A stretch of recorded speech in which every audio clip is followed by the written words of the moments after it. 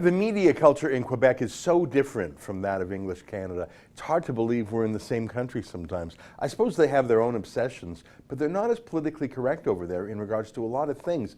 I suppose it's an expression of their larger political culture.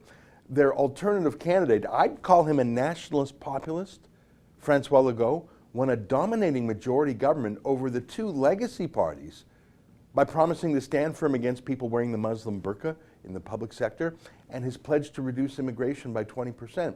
You couldn't even say those things in English Canada without the entire media party having a fainting spell and Wendy Mesley probably calling you the N-word. In Quebec, they gave the man an election victory. Even Justin Trudeau knows better than to disparage Legault and his key nationalist issues. You'll notice that when Trudeau rails against burqa bans, he almost always does it in English Canada. He's dumb, but he's not stupid. I think it's a larger cultural issue because Quebec is, in many ways, the nation it claims to be. I'm not talking about separatism, and I'm not weighing into issues like equalization or forced bilingualism or any of the things that irritate the rest of Canada, especially the West. I'm just talking about identity. Quebec is obviously its own distinct society. They speak French, they have a French history, their culture is in some permanent peril, some existential peril. They're a little island of French in a sea of North American English. They think about it, they worry about it, they worry about losing things, about melting away. So they talk a lot about their identity. That's why the burqa thing irritates them so much. They've thought these things through for a long time. They believe that Quebec is more than just a postal code or an airport or a place on a map. They believe in their land and their history and their people. They have words like pure laine, which means pure wool, Quebecers. They talk about Québécois de souche, a Quebec tree with roots, like a tree stump with roots. That's what they mean, people who are deeply historically tied to their place. You're not allowed to even talk that way in the rest of Canada. You'll be called alt-right or racist. But they've been thinking and talking about things like this in Quebec since the Battle of the Plains of Abraham and ever since. So they're not easily blown over by some hyperventilating leftist or Wendy Mesley calling them names because they know who they are.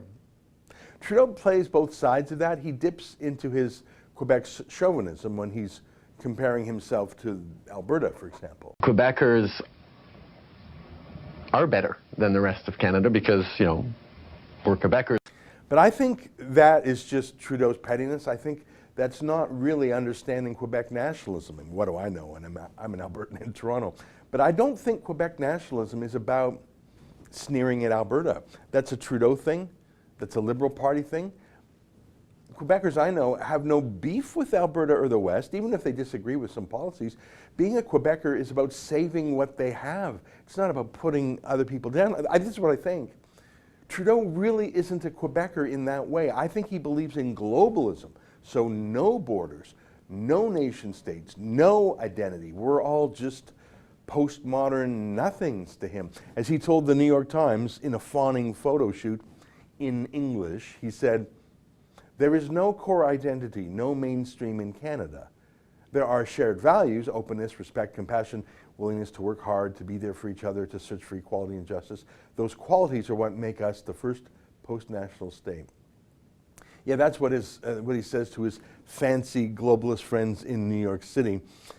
They think it's so worldly. Not enough to give him a seat on the globalist UN Security Council, apparently, but enough to publish fawning, photoshopped images of him in the New York Times. But he would never say those things in French in Quebec City. He'd never say Quebec has no core identity, because of course it does.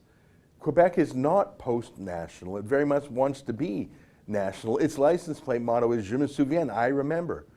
Remember what? Well, it's too long to answer on a license plate, but that license plate starts a conversation. It starts the national imagination. In that way, Trudeau is actually not a true Quebecer, and Quebecers sort of know it. In fact, he hates Quebecers de souche, and he says so. Remember when he called this ordinary woman who was concerned about Quebec identity, remember when he called her racist? I think this had a huge impact on the Liberal Party's fortunes in Quebec. Moi, je m'en allais par là-bas, pas en avant. Ça vient voir.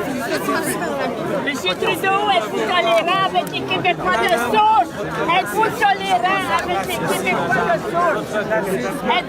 Répondez-moi, vous non plus, vous n'avez pas votre place au Québec. Avez-vous compris? Vous n'avez pas votre place au Québec. Je suis fier québécois, madame. Je suis fier québécois. I should say, on a personal note, the Quebec media is similar to Quebec political class because there are a lot of nationalists in their media, a lot of separatists too, and partly because they reflect the will of the larger community and because the media are in many ways the keepers of the French language in Quebec and thus the keepers of the culture. So they have bigger projects than just latching on to the latest woke fashion. I get invited to do radio shows in Quebec from time to time, including a fairly regular invitation by a French language radio station in Quebec City that translates my answers to French in real time. They're not really part of the Mean Girls Media Club like the Ottawa-Toronto Media Party. It's just different out there. And all of that is a very lengthy preamble to my point today. I came across this item very recently, a tweet from an editorial writer at the National Post named Chris Selly. And he wrote, "The Journal de Montreal comment page is in the midst of one of the most astonishing ever tantrums en masse. There isn't anything even remotely comparable in mainstream Anglo media." And he shows some headlines from the newspaper's comment section. I'll get into those headlines in a moment, but just in case you don't know, the Journal de Montreal is actually the largest newspaper in all of Quebec by circulation. It's obviously the largest French language newspaper in North America. It's got a great fighting spirit. It reminds me of the Toronto Sun chain of newspapers. It has a very strong investigative unit too. Lots of deep digging. It's actually an outstanding newspaper, even though it's got that tabloid style. It's part of Quebecor. That's the company that used to own Sun News. And they have a bunch of TV stations in Quebec, including TVA. That's the big news channel there. So it's a huge populist, popular newspaper. Obviously, I don't read it often because my French is weak and I'm not really focused on that. But I think it's a great newspaper. And of course, the man saying they were having the most astonishing tantrum he'd ever seen, well, that's not quite true because Chris Selly, who wrote that, he's part of the National Post newsroom that had 30 reporters sign a weird snitch letter against Rex Murphy, calling him racist, but calling him racist in a racist way, saying he has to shut up because he's a 73-year-old white man. That's not an argument, fellas. They had a 2-hour struggle session in their office. They called it a town hall. People were named and shamed and told they couldn't talk because they were white. Even though none of the namers and shamers themselves are black or Aboriginal. It was a joke, but it was for real. So yeah, not quite ready to take the accusation of having a tantrum seriously from anyone who works at the National Post, though I should point out that Chris Selly himself didn't sign the letter of denunciation against Rex Murphy. Anyways, you've got my interest. What is this so-called tantrum at the Journal de Montreal? Well, another leftist activist posted a bigger collage of headlines, and I'd like to show it to you here. So let's hold that up on the screen for a bit.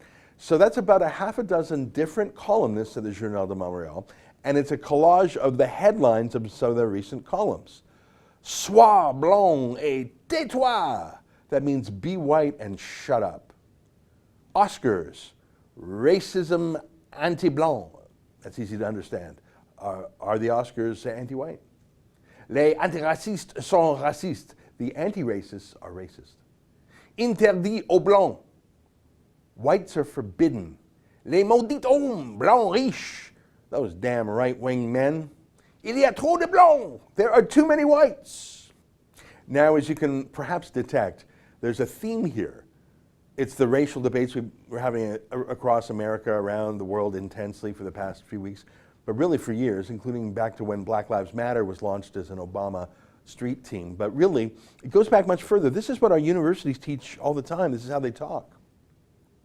In fact, they use these exact words. Shut up, white people. Whites are banned. Our universities use these terms earnestly. This columnist is just mocking them, criticizing them, saying these words ironically or derisively. Of course, there is affirmative action for non-whites. That's not in dispute. This columnist is just condemning that. Is that still allowed? I mean, is she wrong? Maybe, but it's an opinion column. And she hasn't been torched by the mob yet, unlike Wendy Mesley. Then again, this columnist hasn't dropped the N-word yet. The decline of the whites. Inclusive racism. White, male, guilty. The good racism. The new fascists. You know what? The first thing that comes to mind when I see those headlines is, I'm interested. I don't know if I'm going to agree in advance. I haven't read it yet. But these are people who are speaking candidly and powerfully and with passion. Maybe they're dead wrong. I literally haven't gone to read any of these columns yet. I'm just looking at the headlines that Chris Selly of the National Post calls an astonishing tantrum. I'm still waiting for Chris Selly of the National Post to tell us what he thinks about the 2-hour struggle session tantrum at his own newsroom, or maybe he's just too afraid to take on his own mob, so he'll chirp at some Quebecers who have never heard of him, and he'll do it all in English. That's a lot safer than, say, defending Rex Murphy and criticizing how the National Post threw him under the bus. So those articles, en français, in the Journal de Montreal, they all sound interesting. They're talking about interesting things. That's interesting. I think that's sort of the job of an opinion page. Each of these articles is an opinion column. It's not news. Look, I already showed you how each of the big English language newspapers in Canada have a full-time racism columnist. Shri Paradkar of the Toronto Star, Vanmela Subramanian at the National Post, Dakshana Baskamurti at the Globe and Mail. Weirdly, all three of them are Indo-Canadian women. Two of the women are Tamils. These are literally the wealthiest ethnic group in Canada, Indo-Canadians. Statistically speaking, they're more successful, richer even than the Jews or the Chinese. These are the most privileged people in Canada. And Vanmela and Shri are so new to our country that they still have their foreign accent, but they're paid to trash us as racist every day. They can say things like those French headlines, but they say them unironically. But you can't have Québécois de souche push back. Listen to this woman. So say, you know what, there's a couple people that are bad, we'll never root it out, but there's no institutionalized systemic racism, certainly not in Quebec. What do you make of that? My first thought was, well, here is another white guy in power telling us that racism doesn't exist, right? And I don't know, based on what he says it. It made me sad because I wish we moved away from this framing of does racism exist to what are we going to do about it?